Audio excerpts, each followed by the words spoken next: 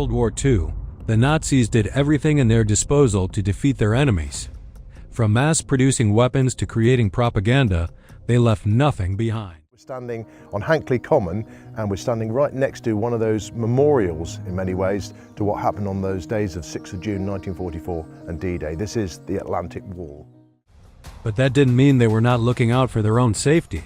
In fact, they were continuously building bunkers, and some of them still exist. So in this video, I'll take you through 20 Nazi bunkers that will totally shock you. Think of Hitler in the war. People generally think of Hitler at the Eagle's Nest, Eva Braun's home movies, or they think of him perhaps in the bunker in Berlin. But in reality, he spent over 800 days at the Wolf's Lair. It was by far the most used of all his headquarters. Number 20. Vorbunkers. Vorbunker, as the name suggests, was the place where Adolf Hitler himself officially stayed. The bunker itself served as an 8.5-meter underground air raid shelter, which is located beneath the Reich Chancellery Garden in Berlin. It had to be built in 2 phases, and Hitler turned it into his official headquarters on January 16, 1945. Due to being Hitler's headquarters, it was also the center of Nazi command. During the Battle of Berlin, this bunker is also the place where Hitler married Eva Braun on April 29, 1945. Maybe something lively did happen even in such a horrible place.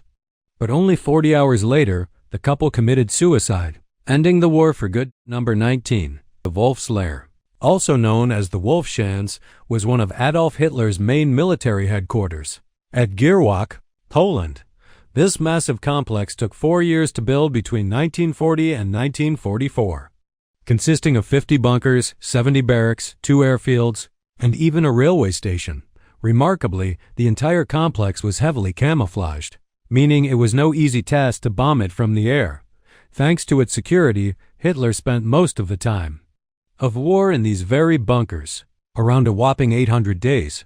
But there's a very important part of history associated with this place, and that is Hitler's failed assassination attempt at Wolf's Lair. It happened on July 20, 1944, when Klaus von Stauffenberg set a bomb in a conference room, hoping to kill Hitler, but thanks to his extreme luck, he survived the explosion. As the Soviet forces advanced, Hitler was forced to abandon his indestructible bunker and relocate his headquarters to a much more secure location. Number 18. Werewolf. This is the Werewolf Bunker, or should I be saying the Wolf's Lair 2.0. This was one of Hitler's top-secret bunkers, located near Vinnytsia, Ukraine, and built between late 1941 and mid-1942 in a dense pine forest. They were constructed under top-secret conditions with the help of forced labor of 14,000 Soviet prisoners of war. Once the construction was finished, most of the laborers either died due to harsh conditions, or those who survived were executed to maintain confidentiality. The Werewolf is considered to be one of the most well-built Nazi bunkers, featuring 2.5-meter concrete walls protecting the swimming pool, casino, and even a movie theater that lie inside. It's believed that Hitler had stayed in this bunker multiple times from 1942 to 1943, keeping himself all tucked away from the chaos that he caused outside. Number 17. Ypres Bunker. Blockhaus des Perlex, or just Ypres. Bunker is yet another World War II Nazi bunker located in northern France. It was designed to assemble and launch V-2 rockets and produce liquid oxygen fuel in 1943. This bunker was ahead of its time thanks to the remarkable engineers who designed it, making it capable enough to launch 36 rockets daily at London while storing over 100 missiles. But there was one problem. It was not that well hidden, which is why the Allies quickly spotted the site and started bombing it non-stop. Thanks to that, the Nazis were forced to shift their plans and use the bunker only to produce liquid oxygen. Number 16. Siricord V1 Bunker. The Siricord V1 bunker was built in 1943-44 in northern France with the sole purpose of storing and launching V1 flying bombs. It was a massive 215-meter long and 36-meter wide concrete fortress featuring a flat roof. Now, there was a strategic motive behind it, as building the roof first allowed them to dig safely underneath without worrying about when the Allies dropped the bombs. It's safe to call it a tunnel more than a fortress that also consisted of a railway system that would bring in missiles for storage and launch in the future. But here's where things get weird. Despite how much of a deadly creation it was, not even a single missile was fired from it. That was because the Allies never stopped bombing and dropped over 5,000 tons of bombs, which just made it impossible for the Nazi to complete the construction. Number 15. B8 Bergkristall. B8 Bergkristall is just as menacing as it sounds because it was an enormous underground factory near St. Georgen an der Gusen, Austria. It was a top-secret project by the Nazis and was built in 1944 to mass-produce the Messerschmitt Me 262, which, if you don't know, was the world's first operational jet fighter. It was a game-changer in the war, and having an entire factory to produce them is absolutely remarkable. The Nazis gathered and forced prisoners from the nearby Gusen concentration camp to dig out about 50,000 square meters of tunnels. Then they assembled nearly 1,000 fuselages. But this desperate operation didn't last very long as the war came to an end, but it still caused hundreds of deaths of the poor prisoners who were forced to build it. Soon after the liberation, these tunnels were mostly destroyed by the Soviets, leaving nothing but a few remnants behind for the people to explore today. Number 14. Project Ries, meaning giant in German, truly was a gigantic project, indicating that Nazis really liked creeping underground. They began this construction project from 1943 till the end of the war in Lower Silesia, Poland. They planned on building 7 huge underground structures that would span across the Owl Mountains and beneath Sieg Castle. What was the purpose? I don't know, nor anyone else, except for theories and speculations. Some believe that these tunnels were meant to become Hitler's new headquarters, while others say it was going to be a weapons factory or maybe both. However, the good thing is that the project was never finished, and who knows what would have happened if it had been. Number 13. Der Mittelbau near Nordhausen. Germany is a place of horrors because it was one of the most brutal Nazi concentration camps, which also featured an underground factory.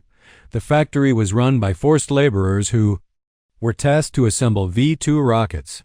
This underground facility became the cause of the death of so many prisoners due to its harsh living conditions. From tight wooden bunks to starvation and getting exposed to diseases, there was nothing in this underground factory that would give joy to these prisoners. Even in the slightest, their lives were traded off for thousands of V-2 rockets that only led to the deaths of many more. Many sufferings ended when the Allies liberated the concentration camp in April 1945, leaving this horrible place behind forever. Number 12. Batterie-Tod *. Batterie-Tod was a massive Nazi coastal artillery site during World War II, which was located near Cap Gris-Nez in France. The site featured 4 huge 380mm Krupp guns, each of which was capable of firing shells over 55 kilometers away, easily hitting the British coast. The battery was built between 1940 and 1942, and it was mainly designed to provide defense to the infamous Atlantic Wall defenses. It was originally named Siegfried Battery, but to honor the German engineer Fritz Todt, they renamed it to what it's called today. The site served its purpose quite remarkably till September 1944, when it was finally captured by Canadian forces, putting an end to its reign. Number 11. Atlantic Wall bunkers. The Atlantic Wall was Nazi Germany's most effective military strategy. It was a massive coastal defense system built from 1942 to 1944 and stretched over a whopping 5,000 kilometers from Norway to southern France. It was designed to stop any Allied invasion from the sea, as it would have been impossible to get through it without paying a big price. The wall was supposed to feature at least 15,000 bunkers, but thanks to resource limitations, they only managed to build 6,000 of them, which in my opinion is still a lot. Each bunker was built using thick concrete walls and was further secured by artillery batteries in the distance, but even if the enemy managed to get past these obstacles, they still had to worry about the infamous dragons' teeth, tank traps, meaning no big guns on the battlefield. The plan was big and practically applying it was nearly impossible. But the Nazis managed to do it by establishing an incomplete wall which still posed a formidable challenge for the Allied forces when they launched the invasion on D-Day in 1944. Number 10. La Coupole *. The La Coupole was another remarkable and Massive Nazi bunker near Saint-Omer, France. The bunker was used as a launch base for V-2 rockets that were directly aimed at London. But what set it apart from all other bunkers was its huge concrete dome, which was 77 meters wide and 5.5 meters thick. This dome covered the underground tunnels that were being used to store rockets and fuel. Even though the site was designed for such a sinister mission, thanks to the efforts of the opposing forces, it was never completed. Moreover, the bunker was captured in 1944, causing it to become abandoned, and was turned into a museum in 1997. Number 9.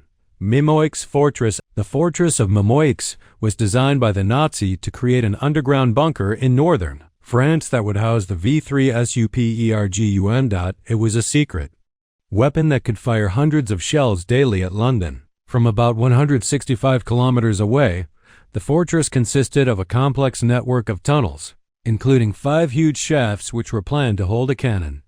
The bunker got critically damaged when, on July 6, 1944, RF Lancasters dropped powerful tallboy bombs.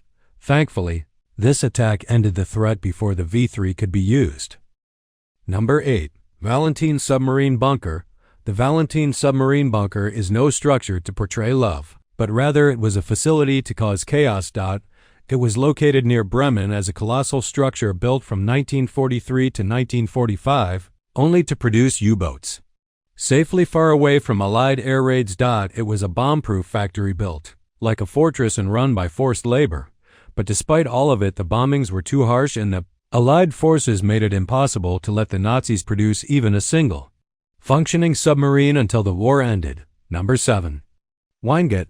I was yet another massive Nazi project which began in the mid-1944 deep in Bavaria's Mühldorfer Hart Forest. Germans planned on building one of the largest underground factories that would stretch over 400 meters long, making it a perfect place to produce Messerschmitt Me 262 jet engines. To make this happen, Nazi forced about 8,500 laborers to build the factory under brutal conditions, and out of them 3,000 died from exhaustion and the never-ending abuse. By war's end, only a small portion of the factory was built, meaning the plan never came to fruition, and the Allies took over. Number 6. Sabon Complex. The Sabon Complex was part of the mysterious Project Ries. The complex featured a massive Nazi underground construction inside Sabot Mountain stretching about 700 meters of tunnels. These structures were not unreinforced, which is why a significant portion of them collapsed, leaving only a few entrances behind, which only the daring ones tried to explore. Number 5. Murphy's Ranch. Murphy's Ranch is definitely the most unsettling site I've shown on this list by far. It's basically an abandoned bunker-style building that was built by a Nazi-sympathetic wealthy couple, Winona and Norman Stevens, in the 1930s in Rustic Canyon, Los Angeles. The couple had the Nazi obsession and built this structure for them so they could stay here after winning the war. However, the truly bizarre aspect is that they carried out the act under the influence of a mysterious German named Herr Schmidt, who claimed to possess supernatural powers, but it was later found that he was nothing but a Nazi spy running a cult. The FBI raided the ranch and arrested around 50 followers, putting an end to their disturbing dreams. Number 4. Karaman Submarine Base. The U-boats were a game-changer during World War II. That's why the Germans built the Karaman Submarine Base in Lorient, France. In 1941, this facility was designed to shelter around 30 U-boats and also featured a submarine rescue training center. Karaman is an engineering art piece as it remains standing even after many years compared to other facilities. Furthermore, it is the only one open to visitors today.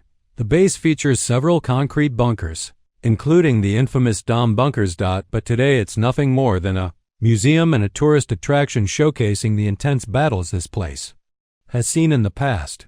Number 3. WWII Complex. The WWII Complex was one of the 7 underground sites that were part of the mysterious Project Ries. It was an extensive network of tunnels that were quite unfinished and stretched about 460 meters in total length. Only 1% of it was reinforced with concrete, meaning the Nazis were nowhere close to finishing it. However, on the ground level, there are still remnants of buildings, along with some machinery, which only adds more to the mystery, much like the entire project itself. Number 2. Maisie. Battery bunker. The Maisie battery is yet another secretive German artillery complex which was built in 1942 near Grand Camp Maisie, Normandy, as part of the Atlantic Wall defenses alongside Battery Todd. The battery guarded a vast area spanning across Omaha and Utah beaches, especially during D-Day. This project was constructed under tight secrecy to give the enemy a surprise attack, but thanks to Point du Hoc, the battery was largely forgotten after the war and remained a secret for 60 years, until it was rediscovered in 2006 by a British historian. Number 1. St. Pauli Bunker. The St. Pauli Bunker is a remarkable piece of history. It's located in Hamburg and was originally called Flakturm 4. You can see how massive it is, as it served as a World War II anti-aircraft bunker. The Nazis built it in 1942, using forced laborers, and formed a gigantic building standing 35 meters tall with walls as thick as 3.5 meters. This bunker had more than enough space to shelter up to 18,000 people during air raids, but in the worst conditions, it housed as many as 25,000 people. After the war, demolishing it was impossible because it was so well built. Instead, it was converted into apartments and even a theater. Today, it's nowhere near what it was like back then, as it has since become a vibrant cultural hub. From rooftop gardens to providing event spaces, it's a truly lively place, but still, you can always feel the presence of the people who sought refuge here. That's it for today. I hope you enjoyed watching it. Make sure to hit the like and subscribe button, and don't forget to ring the bell icon for more exciting content. Let us know in the comments which part of the video you enjoyed the most. We would love to hear your thoughts. Thanks for watching. See you in the next one.